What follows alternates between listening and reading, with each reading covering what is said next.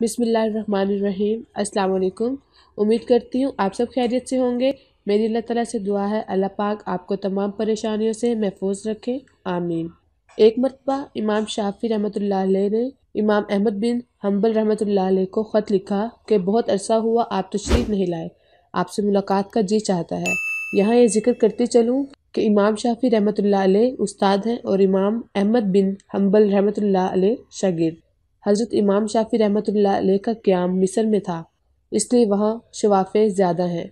जवाब में हज़रत इमाम अहमद बिन हम्बल रहमतुल्लाह अलैह ने फ़ौरन अपना प्रोग्राम लिख कर भेज दिया कि फ़लाँ दिन को आप रहमतुल्लाह अलैह की खिदमत में मिस्र में हाजिर हो रहा हूँ। हज़रत इमाम शाफी रहमतुल्लाह अलैह ने अपने घर वालों को, अपने मिलने जुलने वालों को, दोस्त अहबाब और दूसरे उलमा को इनके आने की इत्तला दी। फिर इनकी दावत और इस्तकबाल का खुसूसी एहतमाम किया और लोगों को बताया कि अगरचे वो मेरे शागिर्द हैं मगर वो एक बड़े इमाम हैं। अल्लाह ताला ने इनको बड़ा मर्तबा अता फरमाया। चनाचा जिस दिन इनको पहुंचना था, इस दिन इमाम शाफी रहमतुल्लाह अलैह अपने शागिर्दों और दूसरे उलमा को लेकर इस्तकबाल के लिए शहर के बाहर चले आए।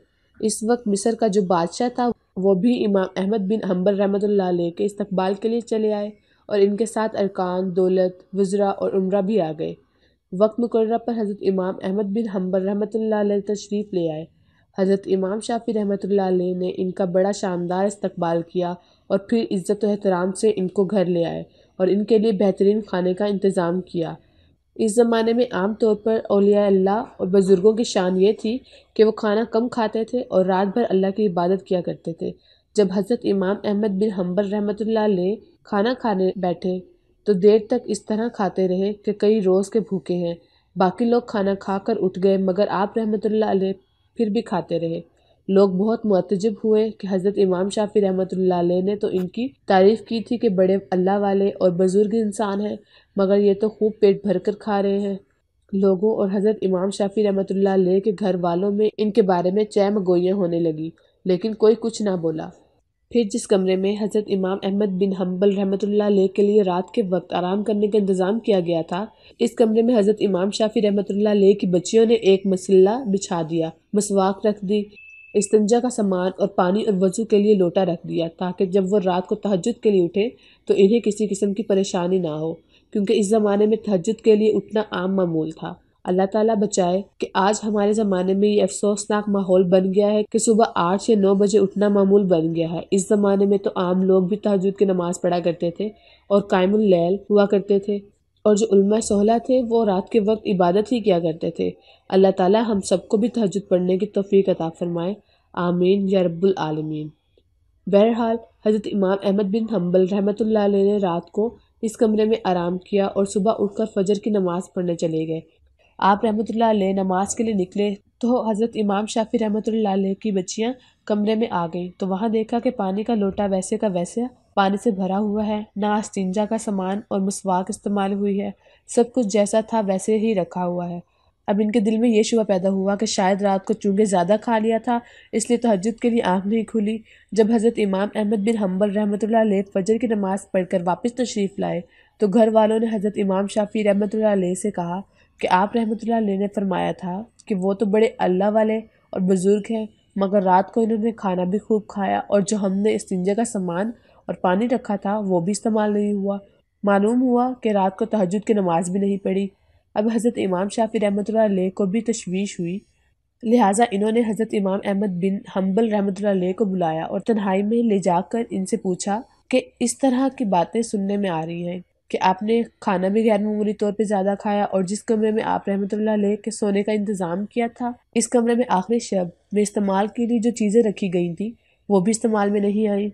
आप रहमतुल्लाह अलैह तो पहले ऐसे नहीं थे, क्या मेरे यहाँ से जाने के बाद आप रहमतुल्लाह अलैह के मिजाज में कुछ तब्दीली आ गई है?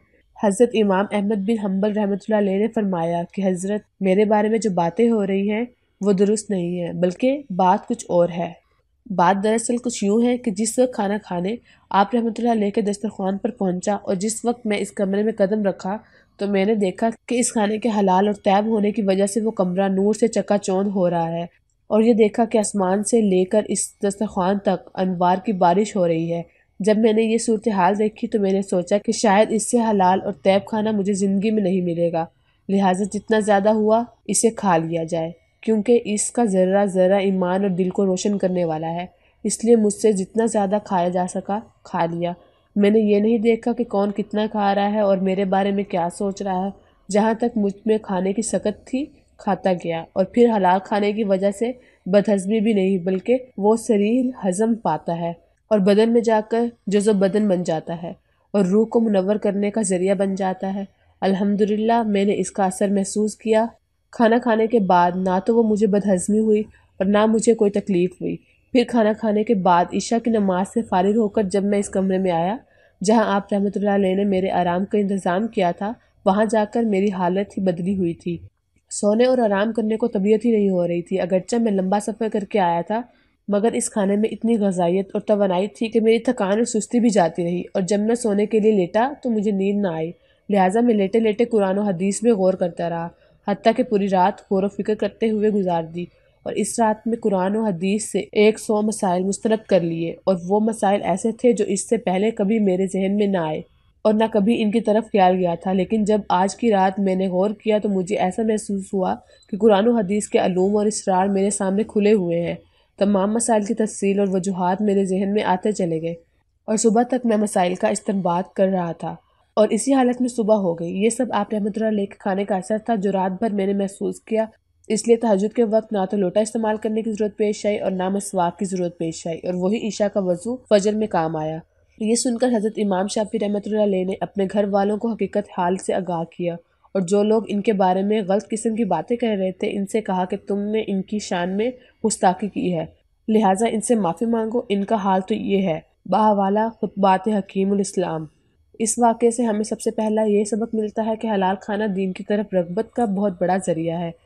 دوسرا سبق یہ ملتا ہے کہ کسی پر بغیر تحقیق کے الزام لگانے سے گریز کیا جائے۔ اللہ تعالی ہمیں عمل کی توفیق عطا فرمائے، آمین یا رب العالمین۔ امید کرتی ہوں آپ کو یہ ویڈیو پسند آئی ہوگی۔ مزید اچھی ویڈیوز کے لیے میرے چینل سبسکرائب کریں۔ ابھی کے لیے اجازت چاہتی ہوں، اللہ حافظ۔